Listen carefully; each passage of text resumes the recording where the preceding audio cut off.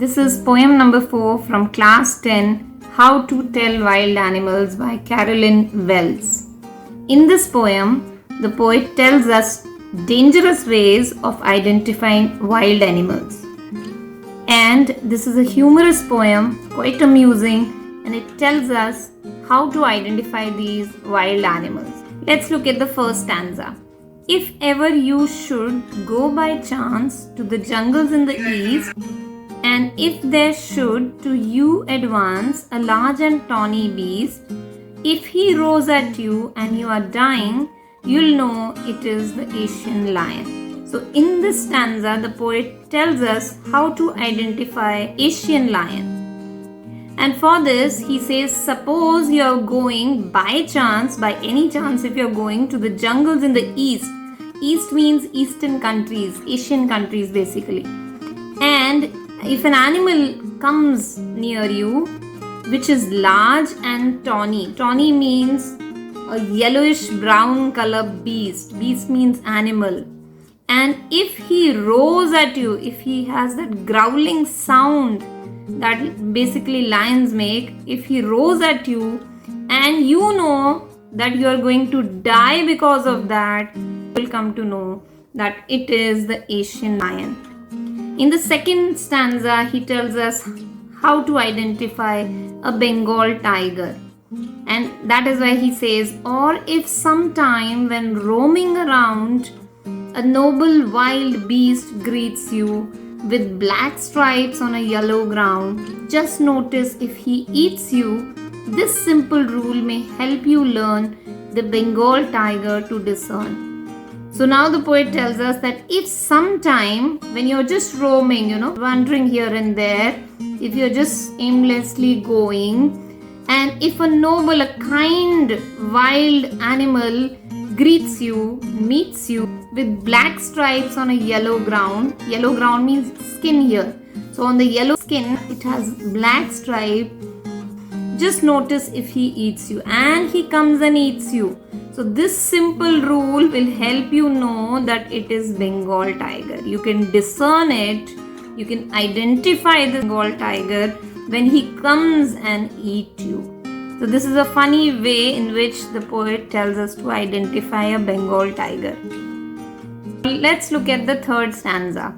If strolling forth a beast you view, whose hide with spots is peppered, as soon as he has leapt on you, you will know it is the leopard. That'll do no good to roar in pain, he will only leap and leap again. Now here in this stanza, the poet tells us how to identify a leopard. So here in this stanza, the poet says, if you're strolling forth, that means if you're wandering and going further, and a beast, that means an animal you view means see, whose hide means skin, is having spots and is peppered. Peppered means scattered spots are there on the skin of this animal. And as soon as he has leapt on you, that means as soon as this beast, this animal leaps on you, jumps on you, you will know it is the leopard. So as soon as he jumps, then you will come to know that this is leopard. This is how the poet tells us to identify a leopard. That will do no good to roar in pain. And suppose you're roaring, you're shouting in pain because of this leopard coming and jumping on you. If you'll start shouting at that time, he will only leap and leap again. He will only jump and jump again. Now here you will notice this leap, the spelling of leapt and leap is wrong. This should be L-E-A-P-T. And this also should be L-E-A-P. But because I rhymes with leopard, it is given L-E-P and L-E-P and even L-E-P-T. There's an I rhyme, we can see it, and it looks almost similar. Now let's look at stanza 4.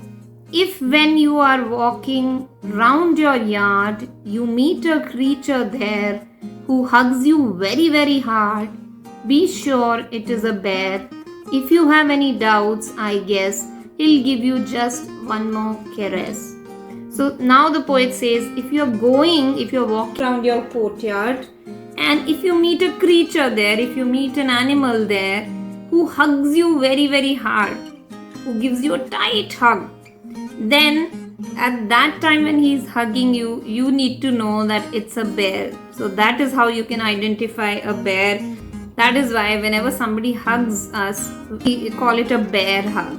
If you have any doubts, and suppose at that time when this creature is hugging you and you have some doubts about this creature, he'll keep hugging you. He'll give you one more caress. Caress means hug. And then you will come to know that it's a bear. So this is also a dangerous way of identifying a bear. Now let's look at stanza 5. Though to distinguish beasts of prey, a novice might nonplus, the crocodile you always may tell from the hyena thus. Hyenas come with merry smiles, but if they weep, they are crocodiles.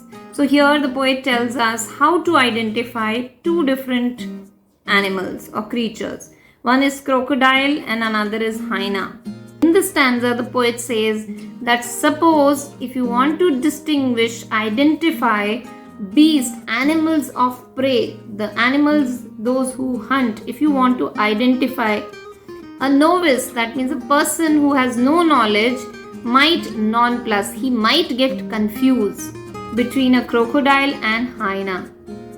But he gives us a simple way to identify a crocodile from a hyena. You can differentiate between a crocodile and hyena in this way. Hyenas come with merry smiles. So hyenas, they appear to be always smiling. They have a smiling face. So as soon as a lion brings a prey, hyenas are always there to take that animal from the lion. And they always have a face which seems to be smiling. But if they weep, suppose they are weeping, if that animal is weeping, they are crocodiles. So you must have heard of crocodile tears, because crocodiles, they live in water. And if they weep, if they cry, they are called crocodiles. Now let's look at the last stanza. The true chameleon is small, a lizard sort of thing. He hasn't any ears at all and not a single wing. If there is nothing on the tree, that is the chameleon you see. So here the poet tells us how to identify a chameleon. He says a true chameleon is small. So one quality is it is small, a lizard sort of thing. So it is just like a lizard that we find in our houses, that we find that is common everywhere. He hasn't any ear at all. So this chameleon doesn't have any ears. The ears are not visible. And not a single wing. They do not have wings also. And how to identify them? If suppose there is nothing on the tree, then that means there is a chameleon. Now these chameleon, they have a peculiar quality of changing color according to their surrounding. So they can camouflage themselves easily. They can change their color. So if they are sitting on tree, they won't be visible. And when they are not visible, that means you can see a chameleon. So in this way, the poet gives us different ways of identifying wild creatures. I hope you like the content. Please subscribe the channel and stay tuned. Thank you.